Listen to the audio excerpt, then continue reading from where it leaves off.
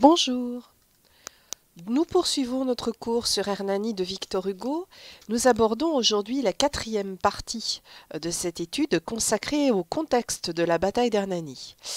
Aujourd'hui, nous allons évoquer le déroulement de la bataille, c'est-à-dire les préparatifs avant la première représentation, mais aussi la première représentation elle-même, et enfin les représentations suivantes. Donc tout ce qui constituera le contexte de la bataille d'Hernani. Penchons-nous d'abord sur le déroulement de la bataille.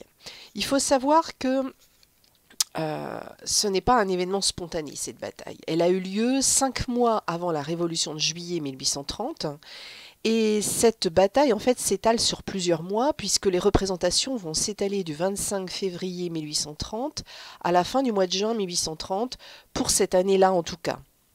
Alors quels sont les préparatifs de la bataille avant la première représentation ?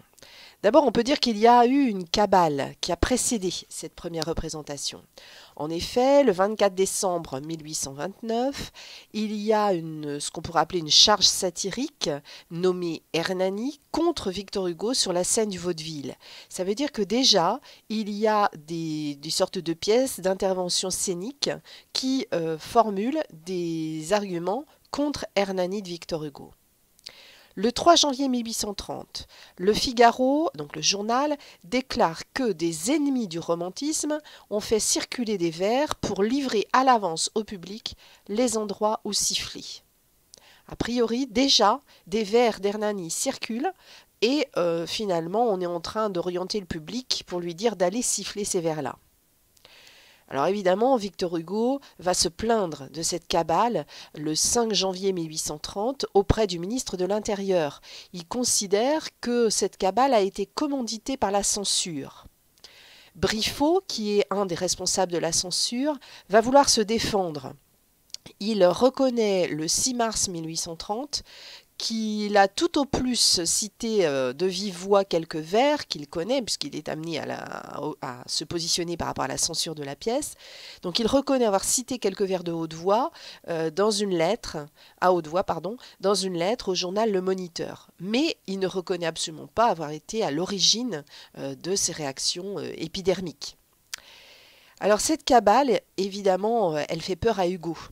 Donc, il va mettre en place des stratégies pour limiter la casse lors de la première représentation. En effet, il préfère éviter la claque officielle.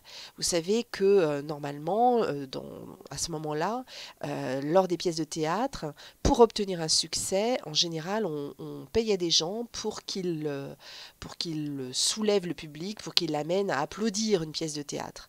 Eh bien, Hugo va éviter la claque officielle, parce qu'il a été prévenu par le baron Taylor, dont on a déjà parlé dans les autres enregistrements, que la claque semblait acquise au classique. Il avait peur que cette claque-là, donc que ces gens payés pour applaudir, en fait, au final, se retournent contre la pièce puisqu'ils auraient été favorables au classique. Donc il fait appel à des amis sûrs pour organiser la claque. Donc il se rapproche de gens qui ont des opinions politiques proches des siennes, des gens qui sont contre les ultras, contre la politique réactionnaire de Polignac.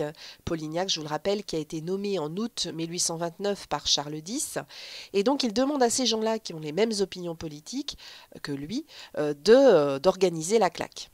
Première stratégie pour contrer la cabale. Deuxième stratégie, pour éviter tout trafic de billets, il va demander à ce que les billets soient nominatifs. Et plus précisément, les billets des amis de Victor Hugo, donc des romantiques, vont être rouges, avec une inscription yellow, le fer, qui sera comme un signe de ralliement, donc ce signe-là qui sera inscrit sur les billets des romantiques. Et Hugo va réserver 550 places au parterre, donc juste devant la scène, et dans les deuxièmes galeries, pour s'assurer que au moins une partie du public sera favorable à sa pièce. Que va-t-il se passer l'après-midi précédant la première représentation ? Les jeunes gens favorables à la pièce vont envahir la Comédie Française quelques heures avant le spectacle. En fait, les portes ont été ouvertes vers 15 heures, 4 heures avant le début de la représentation, pour éviter les troubles à l'ordre public à l'extérieur. On a peur évidemment des réactions publiques, des réactions de violence. Donc on ouvre les portes avant, en pensant qu'il y aura moins de cohue à l'entrée du spectacle. Alors ces gens qui sont favorables à la pièce s'installent. Ils s'installent dans la salle et ils mangent, ils boivent, ils chantent, ils lancent des cris d'animaux, ils urinent dans la salle puisque les toilettes sont fermées à ce moment-là. Et puis ils s'organisent. Et les romantiques, c'est ce jeune groupe-là, les romantiques vont nommer deux chefs d'escouade, deux petits chefs on va dire, Gérard de Nerval et Théophile Gautier, qui sont des auteurs romantiques très connus. Et Hugo va venir et il va galvaniser ses troupes. Et il leur aurait dit, selon Adèle Hugo, sa femme, je remets ma pièce entre vos mains seules. La bataille qui va s'engager à Hernani est celle des idées, celle du progrès. C'est une lutte en commun. Nous allons combattre cette vieille littérature crénelée et verrouillée. Ce siège est là, lutte de l'ancien monde et du nouveau monde. Nous sommes tous du nouveau monde. Donc il galvanise ses troupes et Théophile Gautier écrira dans ses mémoires « Une rumeur d'orage grondait dans la salle ». Donc évidemment, l'ambiance est électrique juste avant la première représentation.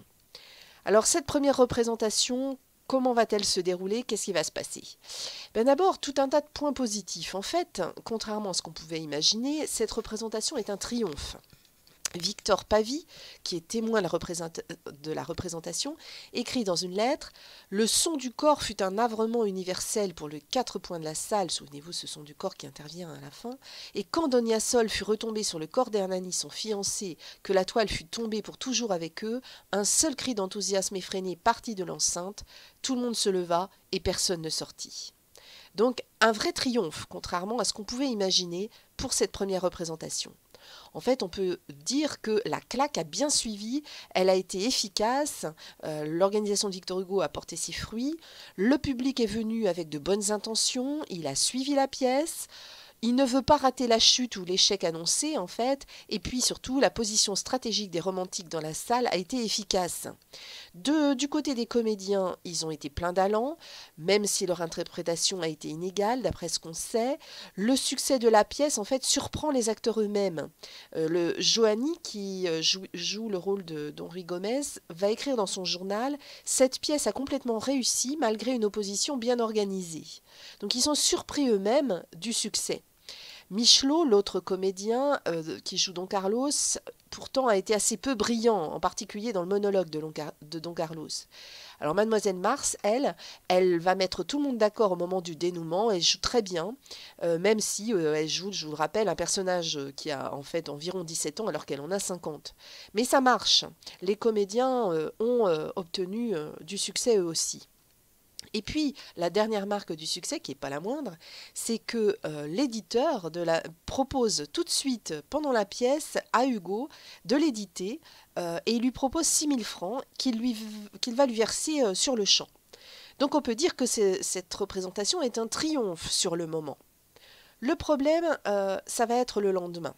Donc à partir du lendemain, les points plus négatifs vont apparaître. En effet, la presse est critique. Elle accuse Victor Hugo d'obscénité et de défendre des idées républicaines. Par exemple, dans le journal du commerce, on peut lire « La fable de ce drame est défectueuse. La situation qui forme le nœud de la pièce nous paraît d'une extrême invraisemblance. Voici l'impression générale que nous a produit la pièce. Le drame de Victor Hugo nous a paru une œuvre tout à part, bizarre, incohérente, dépourvue d'un véritable intérêt dramatique. » Donc vous voyez que la critique n'est pas forcément positive. Le problème va surtout se développer lors des représentations suivantes. En effet, les étapes de la bataille vont être très marquées dans les jours qui vont suivre la première représentation. Quand on parle de bataille d'Hernani, on parle souvent de la première représentation. En fait, cette première représentation, elle s'est plutôt bien passée. La bataille, véritablement, va se développer dans les dizaines de représentations qui vont suivre, de fin février à fin juin 1830. On les connaît, ces étapes, grâce au journal de Joanny, donc un des comédiens. Et ce journal, si on prend quelques extraits, on voit que l'évolution est significative. Le 25 février, cette pièce a complètement réussi. 2 jours plus tard, l'ouvrage est vigoureusement attaqué, vigoureusement défendu. Et dès le 3 mars, il parle de cabale acharnée. Le 10 mars, il fait référence à des coups de poing, des interruptions, l'intervention de la police, des arrestations, des cris, des bravos, de tumulte, la foule. Le 15 mars, grande affluence, grand scandale. Le 20 mars, le scandale continue plus fort que jamais. Et puis le 18 juin, on se calme finalement, la bataille prend fin d'une certaine manière. Il évoque une représentation sans scandale où je puis dire avoir bien joué, dit-il. Du côté de Victor Hugo, lui aussi note une évolution et évidemment une certaine bataille. Après plusieurs représentations, il écrit dans son journal le 7 mars « Le public siffle tous les soirs tous les vers, c'est un rare vacarme, le parterre hue, les loges éclatent de rire, les comédiens sont décontenancés et hostiles, la plupart se moquent de ce qu'ils ont à dire, la presse a été à peu près unanime et continue tous les matins de railler la pièce et l'auteur. » Si j'entre dans un cabinet de lecture, je lis, absurde comme Hernani, extravagant comme Hernani, etc. Si je vais au théâtre, je vois à chaque instant des spectateurs sortir de leur loge et en jeter la porte avec indignation. Donc Victor Hugo constate lui-même la bataille. Alors quelles sont les manifestations de cette bataille? Comment ça se déroule précisément? Eh bien, après la première représentation, les classiques vont contre-attaquer. Bien sûr, les romantiques essaient de rétablir la situation créée lors de la première représentation, ils essaient de retrouver le triomphe du départ, mais il y a un problème, c'est que Hugo n'a pas acheté des billets pour tous les soirs, et ses amis ne peuvent pas revenir tous les soirs. Il y en a juste seulement un qui va le faire, c'est Théophile Gautier, mais tous les autres ne seront pas là tous les soirs. Donc il va y avoir peu à peu de places réservées aux défenseurs de la pièce, une centaine, et contre à peu près 1500 places pour les opposants. Donc évidemment, les opposants vont faire du bruit. Ils vont se manifester de manière diverse, ils vont faire du vacarme, ils vont tourner le dos à la scène, ils sortent en plein milieu d'un acte de manière très bruyante, ils lisent leur journal pendant la pièce, ils huent et sifflent les comédiens et la pièce. Pourtant, même si Mademoiselle Mars tient bon sur scène, mais ils sifflent. Ils déconcentrent évidemment les comédiens en faisant ça, ils empêchent d'entendre la pièce. Alors Hugo assiste à la bagarre, il garde ses distances et il note dans son édition que la pièce sera interrompue 148 fois. Regardez la citation de Jean Godon, elle est très intéressante. Nous avons retrouvé l'exemplaire de la première édition sur lequel à chaud Victor Hugo a noté toutes les manifestations d'hostilité, rires, sifflets, bruits divers, comme s'il s'agissait d'une séance de la Chambre des députés, sous-entendu. 148 annotations marginales.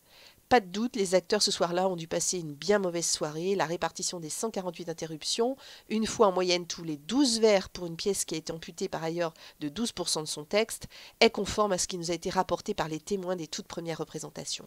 Donc 148 interruptions, c'est énorme pendant la pièce, donc évidemment on comprend le vacarme qu'il y a pu y avoir.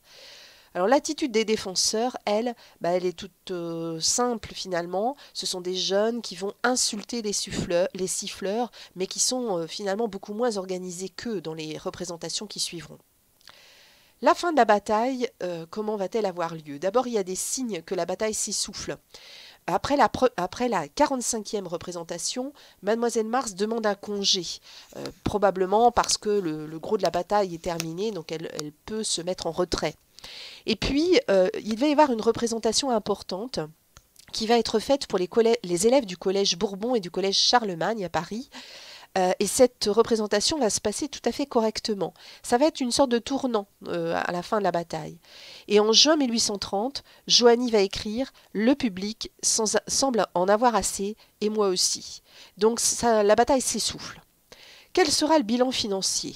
La première représentation va générer une recette de 1534 francs, donc malgré les invitations, donc c'est quand même beaucoup. Par comparaison, Phèdre, qui sera joué la veille dans le même théâtre, a eu une recette de 496 francs. Donc on voit que la première représentation d'Hernani a vraiment été un vrai triomphe. Ça sera au final une pièce qui ne sera jamais déficitaire, qui aura toujours un succès financier. Quant au bilan théâtral, en 1830, il y aura 39 représentations. C'est un nombre tout à fait satisfaisant dans la moyenne des pièces à cette époque-là quand elles sortent. En 1838, 12 représentations. En 1841, 8 représentations. En 1842, 1. En 1843, 2. Ça sera une pièce qui sera interdite sous l'Empire. En 1867, il y aura une reprise exceptionnelle de la pièce lors de l'exposition universelle et il y aura des applaudissements assez politiques finalement, ça se passera plutôt bien. Et puis en 1877, la pièce connaîtra un vrai triomphe avec la comédienne Sarah Bernard et le comédien Mounet Sully qui vont porter la pièce véritablement. Donc voilà comment s'est déroulée la bataille d'Hernani, en tout cas dans les premières représentations, surtout dans la première année. Et on voit donc que cette bataille, elle a eu lieu sur plusieurs mois, elle ne s'est pas déroulée vraiment lors de la première représentation, mais s'est bien développée sur plusieurs semaines, plusieurs mois. Voilà, je vous donne rendez-vous dans dans un second enregistrement. La prochaine fois, nous parlerons des participants à la bataille d'Hernani. Qui sont-ils? Bonne journée!